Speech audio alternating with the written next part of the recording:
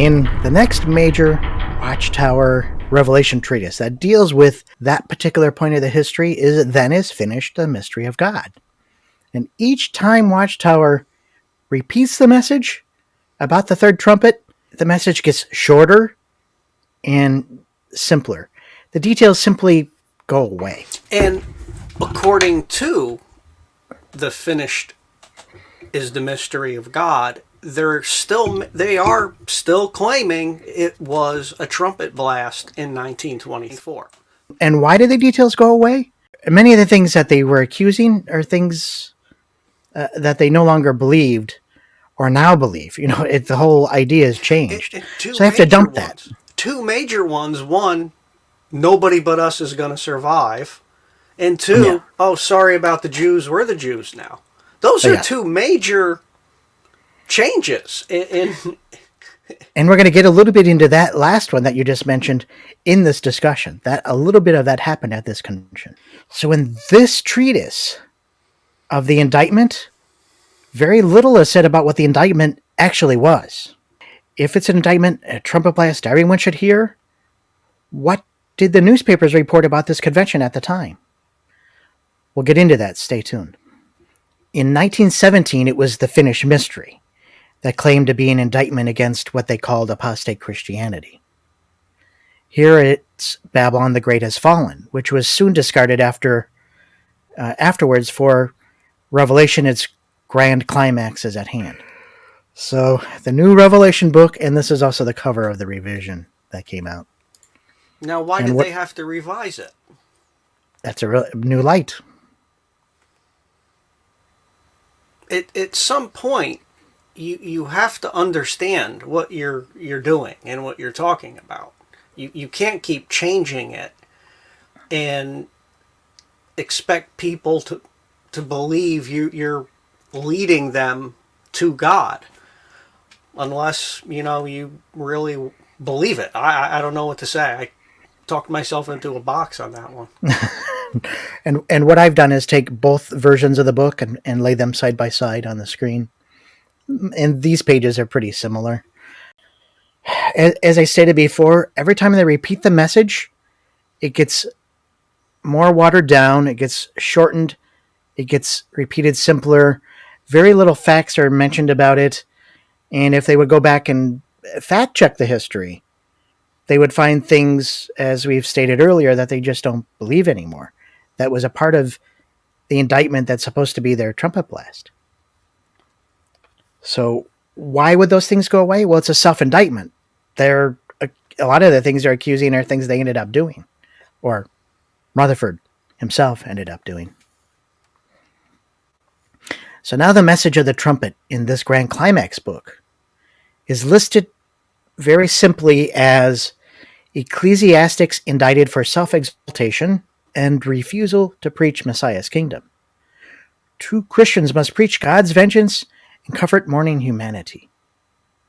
That's really all they say about it. Very little. Where was the message about preaching God's vengeance at the convention? That wasn't what they believed then. That was something that came out later. What was the message there?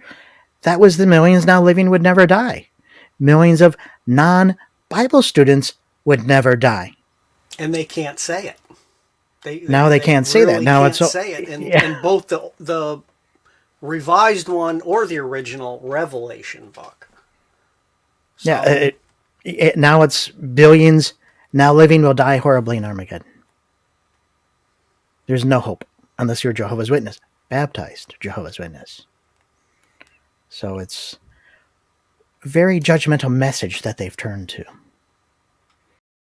Rutherford's book, Jehovah, mentions this indictment also and claims that the notice hence served upon the rulers and the people is that Satan's organization is death dealing. But you're dealing the death message. If you came and knocked on the door and they didn't accept your message, you judged them as a goat-like personality, and there's simply no hope. That was death dealing. But if you didn't tell them the message, then they would have an opportunity. There's something wrong with the logic there. That would be a good excuse to not go to door. Yeah. I'm saving their life. That's a life-saving message right there.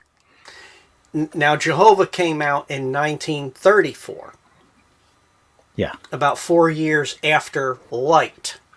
Yeah. So here we see the progression.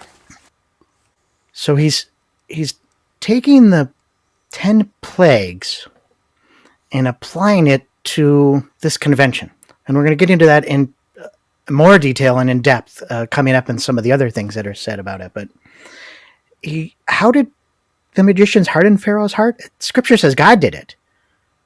But how Rutherford's message hardened the people's heart and turning the water into blood is beyond me. Doesn't make any literally doesn't make any sense to me, the logic that he's trying to use. This one's new to me. Yeah.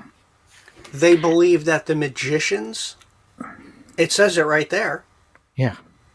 hardened his heart. The Bible clearly says Jehovah or God hardened his heart. Wow. And I didn't know that they were applying this convention or these conventions to the plagues of Egypt. That was something new for me. And there's a Watchtower article that we'll touch on very, very shortly that goes into the details of this. That actually makes more sense than just this quick overview that Rutherford's doing here. He's not giving you the reasoning behind where he's going with it. You were right about this one, Jeff. This one is just...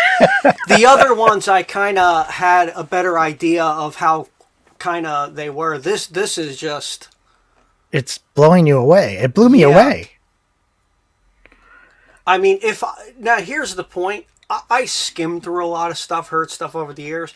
But if I were going to dedicate myself to be a Jehovah's Witness, knowing I'm going to dedicate the rest of my life preaching, going to all these meetings, I would have looked deeper into it before I became one. So it's amazing how these people don't look into this. And that's what I did. And you did that and didn't become one. Yeah, and I didn't become one because I saw discrepancies in the history. And it just made me want to dig more. If I found this already, that's just finding it from the original literature, not secondhand, third hand, fourth hand. Well, this magazine said that. I had to go and get the original source materials and check myself what was claimed. And that's just fact checking, just simple fact checking. There's a recent Watchtower that came out this week online, and it's the May 2021 Watchtower. And in it is a statement that we should be fact-checking the history that Watchtower is claiming. It would be nice to see some doing that. Should they play the videos and discussions we're having? They should watch Watchtower history just to... Really. I mean, we're not making stuff up. We're just basically doing what they say, checking the history, and it's a lot different than what they portray it to be. Yeah, it's very fascinating. So in the 1935 yearbook, and this is a quotation from a March 1934 Watchtower, but it says Rutherford's making the accusation that the indictment is that they dominate and oppress the people. But from the way that when I look at the history of what Rutherford was doing, that's exactly what he was doing. Dominating and oppressing, almost beating his fellow slaves, as it's described as the wicked servant, the drunken one, right? The way he treated his followers. I mean, public accusations in the golden age in the Watchtower and the various things that he had done, the whole judgmental attitude where the society followed based on Rutherford's teachings, took it way off the rails in a completely separate direction. And the beatings seemed to start after Russell died. Morale will improve after the beatings continue, I guess. That's a famous one, yes. And once again, the 1975 yearbook. That one always pops up. Yeah, the focus here is the numbers of the track that they themselves had printed. We're going to look at specifically what was reported in the newspapers of the time period about what came out of that convention and see if it matches what's being claimed here in Watchtower literature. But notice, again, the 1975 yearbook says very, very little about what the message actually was. How many heard the warning? What did the press say? We'll get there very, very soon.